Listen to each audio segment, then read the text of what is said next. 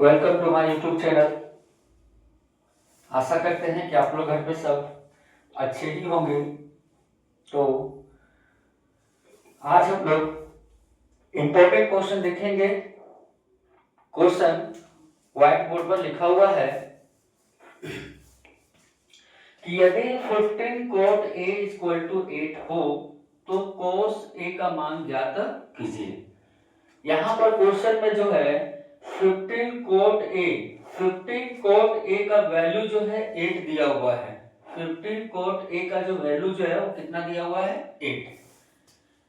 तो हम लोग यहाँ सबसे पहले राइट करेंगे 15 cot A equal to 8।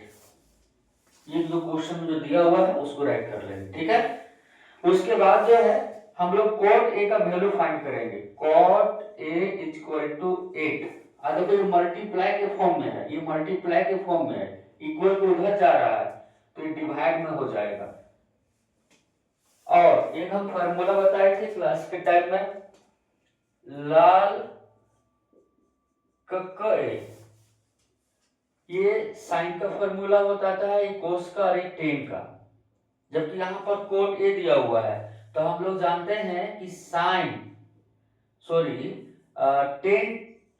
Tan theta का जो अपोजिट जो होता है वो क्या होता है, cot थीटा होता है। तो टेन का फार्मूला यहाँ पर दिया हुआ है, लंब बटा आधार दिया हुआ है।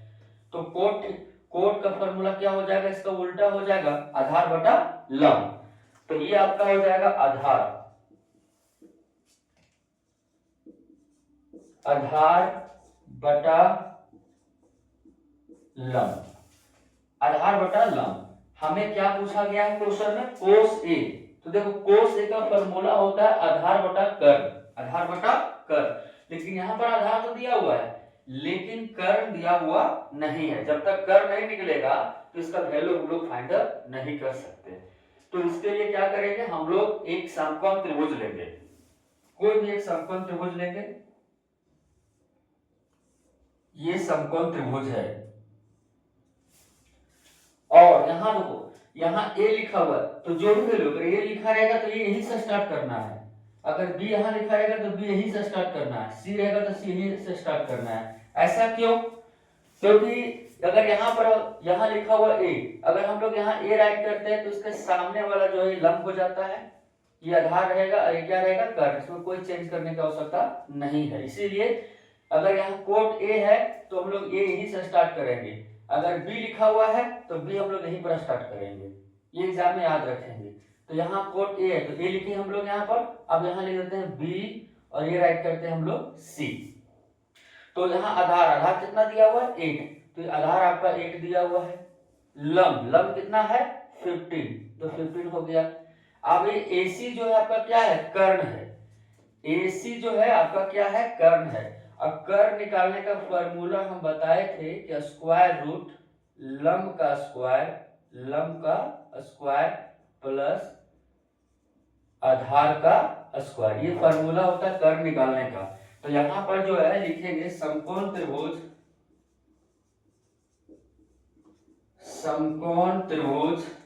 ABC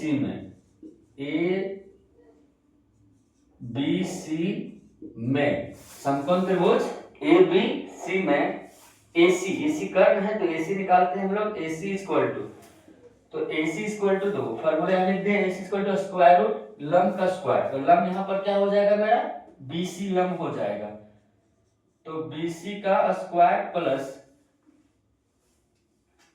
आधार का स्क्वायर, आधार मेरा AB हुआ तो यहाँ हम लोग लिखेंगे AB का स्क्वायर, क्योंकि ये जो है ये आपका आधार हो गया और ये आपका लंब हो गया, और ये जो है AC जो है आपका ये कर्ण है। AC जो है आपका क्या है, कर्ण है। तो यहाँ लिखेंगे equal to square root BC। तो BC यहाँ लंब है, लंब क्या दिया गया है 15 दिया गया है, तो यहाँ पर 15 का स्क्वायर करेंगे प्लस AB दिया गया है 8, तो यहाँ पर 8 का स्क्वायर करेंगे। और 15 का स्क्वायर जो होता है 225 होता है और 8 का स्क्वायर क्या होता है 64। ये 15 का स्क्वायर का मतलब 15 को 15 से मल्टीप्लाई करना। 8 का स्क्वायर का मतलब क्या होता है, ध्यान देंगे कि 8 का स्क्वायर का मतलब होता है 8 को 8 से मल्टीप्लाई करेंगे तो 64 आया। 15 का स्क्वायर का मतलब होता है 15 इंटू 15। जब आप 15 को 15 से मल्टीप्लाई करोगे तो 225 होगा। अब इन दोनों को हम लोग क्या करेंगे, ऐड कर देंगे। तो 5 + 4 क्या होगा 9, 6 और 2 क्या होगा 8 और ये 2 का 2। अब 289 का हम लोग स्क्वायर रूट निकालेंगे। तो स्क्वायर रूट निकालने सिखाए थे, एक बार और देखेंगे यहाँ पर रफ में 289। चलो इस पर एलसीएम निकाल लेते हैं हम लोग। तो ये 17 के टेबल से कैंसिल होगा, 17 1 जा 17। इस 17 से अगर हम डिवाइड करेंगे 289 में तो 17 1 जा 17, 8 में 7 गया 1, 2 में से 1 गया 1, 9, 17 7 जा 119।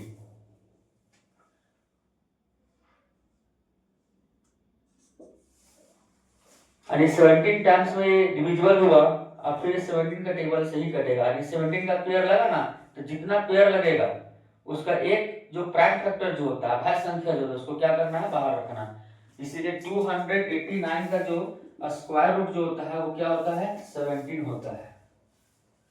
अब हमें क्या पूछा गया है, हमें पूछा गया है cos a।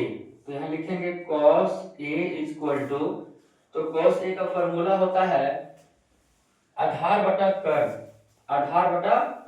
तो यहाँ cos a का फॉर्मूला होता है आधार बटा कर्ण।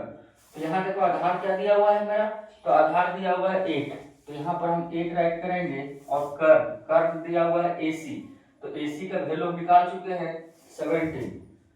तो इसीलिए इसका आंसर जो होगा 8/17 होगा, 8/17।